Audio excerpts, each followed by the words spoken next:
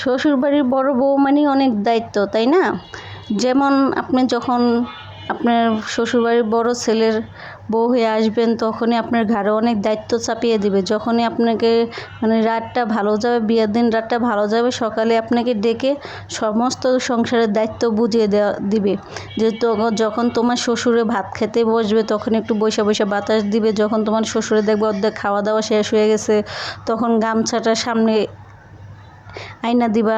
যখন দেখবে তোমার শ্বশুর হাত মুখ মোছা শুরু করছে, তখন তোমার শ্বশুরের সাথে সাথে ঘরের ভিতরে যেয়ে পান সুপারি বানিয়ে দিয়ে তার সামনে দিয়ে দিবা। যখন সে কাজে বের হয়ে যাবে, তখন তার রুমাল বা ঘড়ি বা যেটাই হোক সামনে এনে দিবা, যাতে তোমার শ্বশুর কোনো সমস্যা ভুল না ধরতে পারে।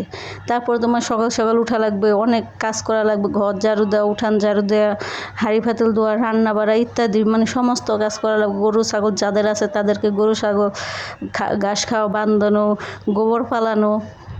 আর ধরেন যাদের হাঁস মুরগি আছে তাদের তো কথাই নাই। হাঁস মুরগি গরু ছাগল নিয়ে পাগল পাগল অবস্থা হয়ে যায়। আর যারা গৃহস্থ বাড়ির বউ তাদের তো আরও কোনো কথাই নেই।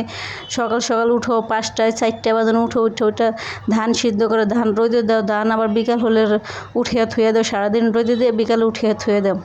তো এগুলা বড় বড় দায়িত্ব অনেক কিছু, এর থেকে আরও বেশি বেশি আছে। আমি যেটুক বলতে পারছি, যেতটুকু বুঝাতে পারছি অতটুকু বুঝাইলাম। আশা করি আপনারা বুঝতে পারেন। যারা বড় বউ আছে বাড়ির, তারাই শুধু বুঝবে যে আসলে তাদের ঘাড়ে কতটা দায়িত্ব থাকে। কিন্তু পরবর্তী আপনার শ্বশুরবাড়ির যখন ছোট ছেলের বউ নিয়ে আসবে, তখন বলে কি, ওর তো বয়সই হয় না, অনেক ছোট, এগুলো কাজ করতে পারবে না, ও এগুলো বাপের বাড়ি করে নাই, এগুলো করবে কিভাবে? কিন্তু আপনি যখন শ্বশুরবাড়িতে বড় বউ হয়ে আসছেন, যখন আপনার বয়স যদি 12-13 থাকে, তারপরও বলবে যে আপনার বয়স অনেক।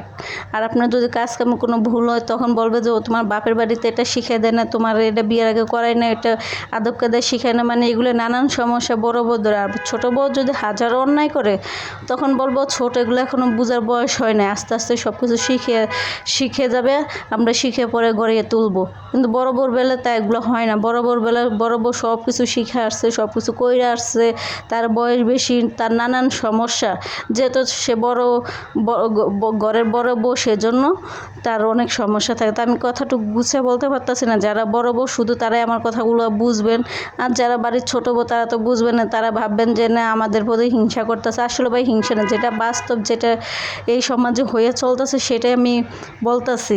তো আমিও বাড়ির বড় বউ, আমার ঘরে অনেক, আমি যেগুলো কষ্ট সহ্য করছি যা বলার বাইরে, যার জায়গায় সে কষ্ট করছে সে বুঝবে। তা আমি যখন একটা গ্রামে বিয়ে করে গেছি, তখনই আমার বিয়ের দিনেই আমার হাতে একটা ঝাড়ু ধরে দিছে, বাঁশের শলার ঝাড়ু। আমাদের ঢাকা আবার বাঁশের শলার ঝাড়ু নেই, সেজন্য আমি এগুলো বুঝতে পারি। তো আজকে ভিডিওটা এই পর্যন্তই। আল্লাহ হাফেজ।